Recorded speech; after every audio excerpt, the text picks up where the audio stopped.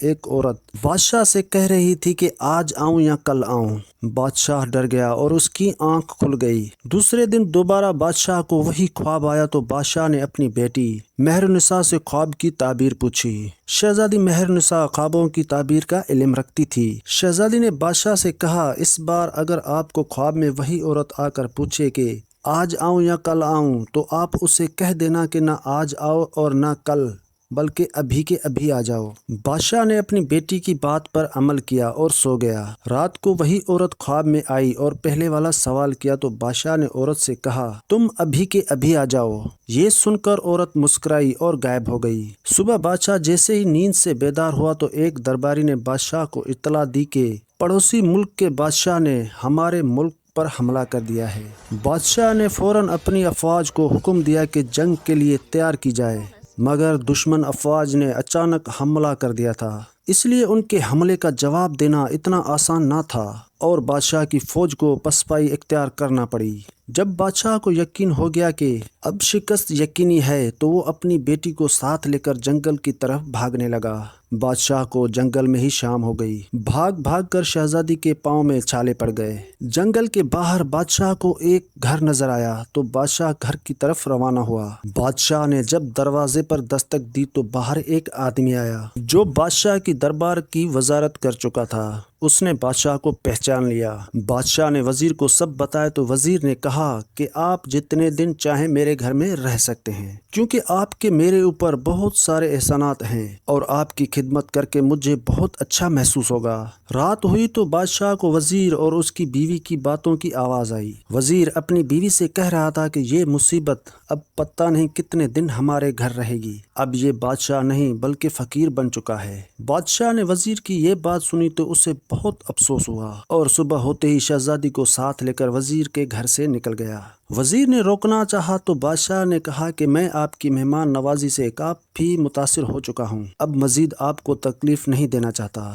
بادشاہ آگے بڑھا تو سرحد کے پار ایک چھوٹی سی ریاست میں داخل ہوا۔ اس ریاست کے نواب نے بادشاہ کو دیکھا تو بہت خوش ہوا۔ وہ نواب بادشاہ کا پرانا دوست تھا۔ جب اسے حقیقت کا پتہ چلا تو اسے بہت دکھ ہوا۔ نواب بادشاہ کو اپنے گھر لے آیا۔ پہلی ہی رات نواب کی بیوی مر گئی۔ نواب ایک عامل کو اپنے گھر لے آیا تو عامل نے اپنے عمل سے نواب کو بتایا کہ جو مہمان آپ کے گھر ٹھہرے ہیں یہ آپ کے لیے منحوس ہیں۔ بادشاہ نے جب یہ سنا تو چپکے سے نواب کے گھر سے بھی روانہ ہو گیا۔ بادشاہ کو اپنے محل کی عیش و عشرت بہت یاد آ رہی تھی۔ آگے جا کر بادشاہ کی نظر ایک محل پر پڑی۔ بادشاہ کو یہ جگہ کچھ جانی پہچانی سی لگی۔ اچانک بادشاہ کو یاد آیا کہ یہ تو میرے داماد کا گھر ہے جہاں بادشاہ نے اپنی بڑی بیٹی کی شادی کی تھی۔ جب بیٹی نے اپنے باپ اور بہن کو اس حالت میں دیکھا تو بہت روئی اور ان کو اندر لے گئی۔ تھکا ہارا بادشاہ جب سونے لگا تو اس کی نظر چھت پر لگے ایک سونے کے فانوس پر پڑی۔ جب اس نے غور سے دیکھا تو فانوس کو ایک دیمک نما کیڑا کھا رہا تھا۔ بادشاہ جلدی سے اٹھ کر بیٹھ گیا، کہیں فانوس میرے اوپر ہی نہ آ جائے۔ دیواروں پر غور کیا تو ادھر بھی کیڑے تھے جو کمرے میں موجود ہر چیز کو دیمک کی طرح چاٹ رہے تھے۔ بادشاہ نے شہزادی مہرنسا کو نیند سے بیدار کیا اور اس سے کہا کہ میں اپنی نحوست اپنی بیٹی کے گھر نہیں پھیلا سکتا، تم ادھر ٹھہر جاؤ، میں کہیں اور چلا جاتا ہوں۔ مگر شہزادی نے کہا میں آپ کو اکیلا نہیں چھوڑ سکتی۔ پھر دونوں آدھی رات کو ہی وہاں سے روانہ ہو گئے۔ صبح اذان کے وقت دونوں باپ بیٹی کو ایک جھونپڑی نظر آئی جس کے اندر سے دھواں نکل رہا تھا۔ بادشاہ جھونپڑی کے اندر داخل ہوا تو ایک درویش بیٹھا ہوا تھا۔ بادشاہ نے درویش کو سلام کیا تو درویش نے کہا تم نے خواب میں عورت کو آج ہی بلا کر اچھا کیا، اگر کل بلاتے تو مشکل میں پھنس جاتے۔